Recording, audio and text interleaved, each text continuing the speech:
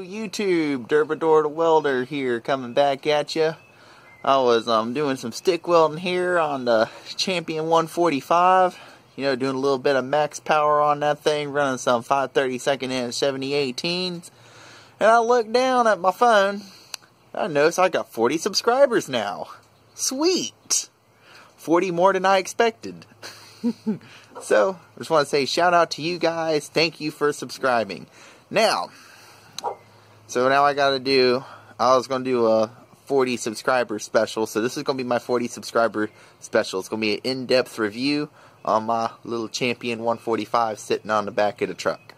Now, some of y'all might be wondering, well, you know what, I'm going to switch cameras for the ranting. That way you ain't got to see my face while I rant. Alright guys, this is it right here. It's the Hobart Champion 145. It's just a little 145 amp DC power source. It's a constant current stick welder, TIG welder. Yes, you can TIG weld off of it. It's going to be scratch start, obviously, but it doesn't have lift arc. For those of you who might want that, lift arc is just poor man's high frequency. If you can do lift arc, you can figure out scratch start. So this is 6 months. I've had this thing for 6 months, and it has been everywhere. This thing has been out in the field. This thing has been from everywhere, from out in the out miles off of the back road, in the woods, fixing logging equipment, to literally on the roof of Walmart. Yeah, my first video, literally on the roof of Walmart fixing an AC stand.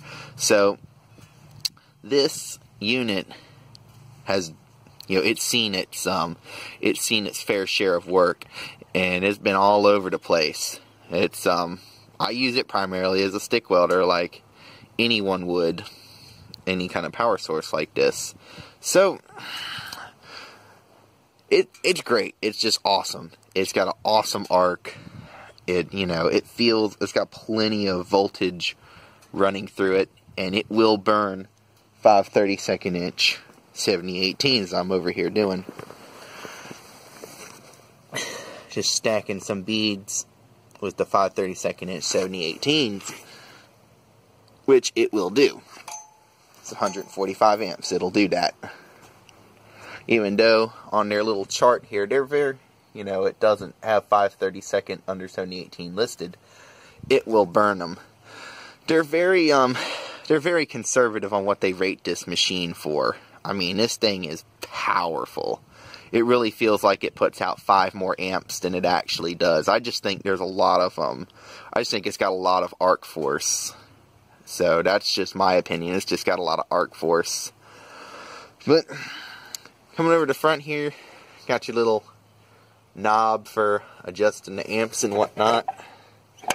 Your 4 110 outlets and your nice 220. Now, some limitations. It is constant current only. It's not constant voltage. It means you can't hook a wire feeder up to it that-a-way. You can, what I do all the time, is I have a 50-foot 220 drop cord, and I hook a MIG welder into it.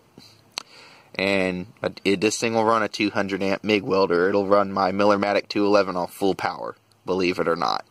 You can tell it's at the point where the generator's about ready to say, oh, that's enough.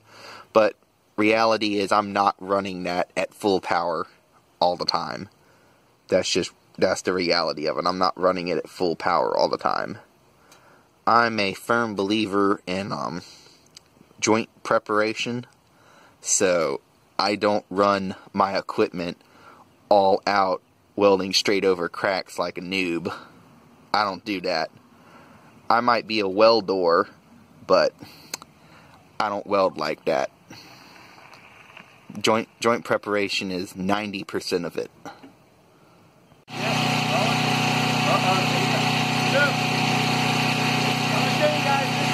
Burn 5/32 inch 7018. We're at full power right now. I've already ran a few tracking speeds.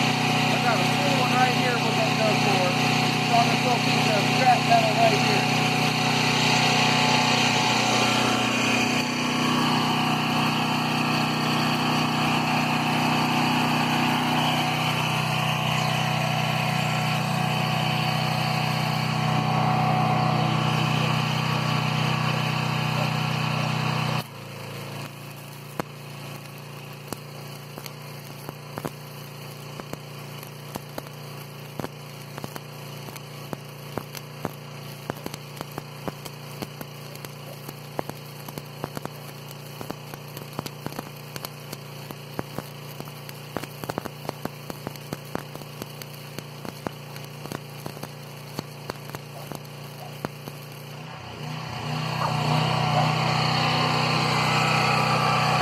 a second to dry. Stupid me don't have a chipping hammer with me.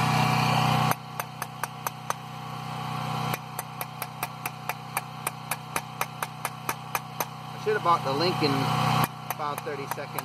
They chip a lot better than the Hobart brand. But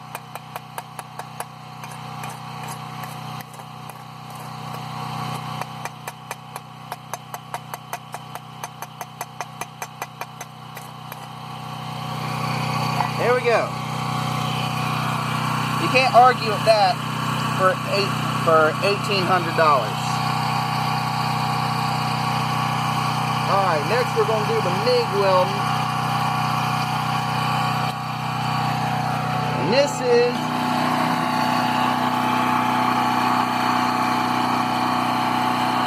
the MIG welder right there on Hobart 211. Running some.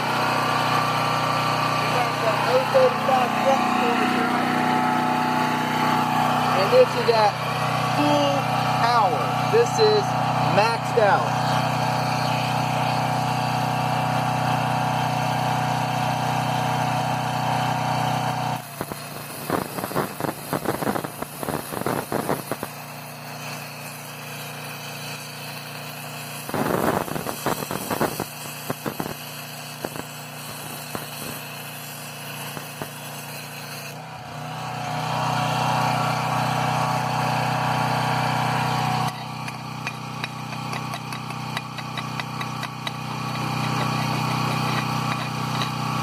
There you go.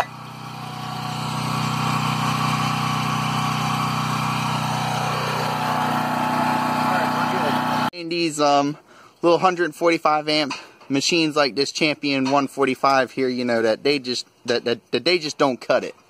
I've seen a lot of forums, you know, people asking, because I was that guy going around and looking for something to start off with for doing some field work, and everybody's going, oh, you can't do field work without a Bobcat 225 or Ranger 225 at the very, very least. And what I was figuring out in reality was, the reality is, you only really need about 145, 150 preferred, but this thing's got a lot of arc voltage. That kind of makes up for it lacking that extra 5 amps. But reality is, you don't need that really big machine if you know what you're doing. I mean, granted, you know, that really big machine's going to help you out a lot. I mean, it's going to, having those extra amps is definitely a bonus. But I didn't even have this for the longest time. For the longest time, I had a generator and a Lincoln Power MIG 210 MP that I ran around with forever. And before that, it was the generator and that Miller-Matic 211 with some flux core. So, it can be done. This machine will do the job. It will make you money, and it is a very capable machine. You can MIG weld off of it. Well, of course, you know, if you get another MIG welder and a 220 extension cord, you can TIG weld off of it. We're not going to get into TIG welding because I don't need y'all making fun of my TIG welding. And you can stick weld all the way up to 5/32 inch 7018s. Really, 9 times out of 10, the biggest I use is 1/8 inch 7018s. I use them all the time. I literally, one day, I went just 7018 after 7018 after 7018 after 7018, just over and over and over and over again. I probably burnt 20 before I even gave the machine a break, and it still kept up, and it still did a damn good job. The downside to this machine, however, that we found is you can't weld and run a grinder on it at the same time because both suck. It's going to suck welding, and it's going to suck using the grinder because it kind of takes power from both. It kind of splits the power it's putting out to both of them, and they both kind of suck. So when this is all we got, we have to take turns welding, and I got to stop.